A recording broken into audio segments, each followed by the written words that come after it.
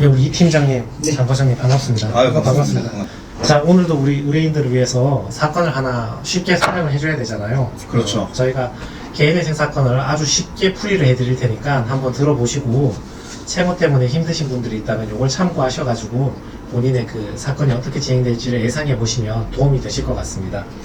자, 우리 이제 첫 번째 사건을 한번 안내를 해드릴 건데, 자, 이분 같은 경우는 1번 채무는 7천만원, 2번 재산은 보증금 1,700만원 정도, 3번 소득은 250만원이라 볼 수도 있고 800만원이라고 볼 수도 있는 문제가 있는 사람이었고, 4번 부양가족은 없었습니다. 자녀가 없었거든요. 이분은 뭐 하는 사람인지 이제 설명을 문제가 됐던 게 이제 이분이 옷가게를 하시다가 2, 3년 전에 옷가게 하도 막 주위에 많아지니까 힘들어져가지고 이제 직원 인건비랑 가게 월세 내다가 계속 대출만 받다가 도저히 안 돼가지고 이제 폐업하고 결국에는 빚만 지고 이제 회생을 진행하게 된 사건입니다.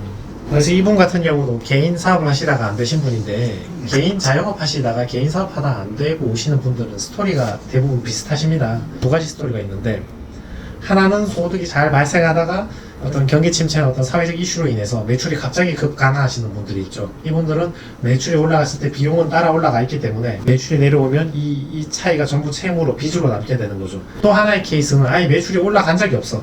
그냥 처음에 나는 이렇게 해서 사업을 하면 잘 되겠지 하고 돈을 빌려서 사업을 시작했는데 잘 된 적도 없이 그냥 그대로 망한 거예요. 사업을 시작할 때 돈을 빌린 게 많기 때문에 그 채무 때문에 이제 회생이나 파산을 물어보시러 이제 오시는 거죠. 이런 두 가지 유형이 있습니다. 이분 같은 경우는 사업이 잘 됐던 분이죠, 한테는? 처음 시작할 때는 잘 됐다가 망한 거죠. 이제 옷가게가 많아지니까. 자, 그래서 이분 같은 경우는 어떤 점이 문제가 있었냐면, 이제 위에 큰 사장이 있고 그 밑에 직원으로 일하고 있었는데 너무 잘하는 거야. 잘하니까 너도 점퍼를 한 개 차려주겠다. 소사장 비슷하게, 계열사 사장 비슷하게 작은 점퍼를 한 개 차려줬는데 여기 사장님이 된 거죠.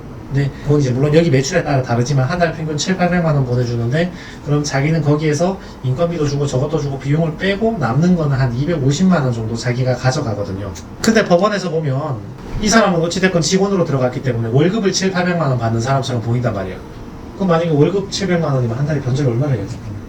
기본 1인 생계비 빼면 600만원씩. 그렇죠. 근데 600만원 변제해야 되는데 그 돈이 어디 있냐고. 내가 그때 보증 원고를 받았잖아요. 네, 맞습니다. 받았는데 아우 참 당황스럽게 나왔더라고요.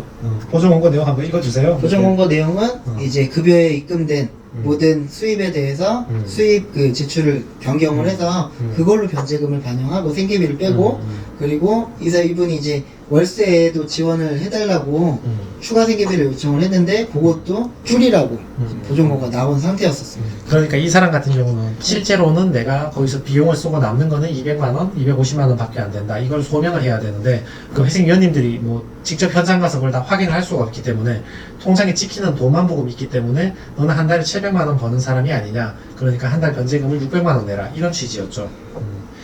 다시 말해서 매출과 순이익은 다릅니다. 급여 생활자 같은 경우는 받는 월급이 순이익인데, 보험 영업인, 자영업자, 다단계 하시는 분들은 매출이 있으면 비용을 제외하고 남는 돈이 순이익이기 때문에 요 돈을 가지고 변제금을 산정하자고 해야지, 이만큼 크게 있는 매출을 가지고 변제금을 산정하면 변제금도 이만큼 내라니까 이게 진행이 안 되는 거지. 네.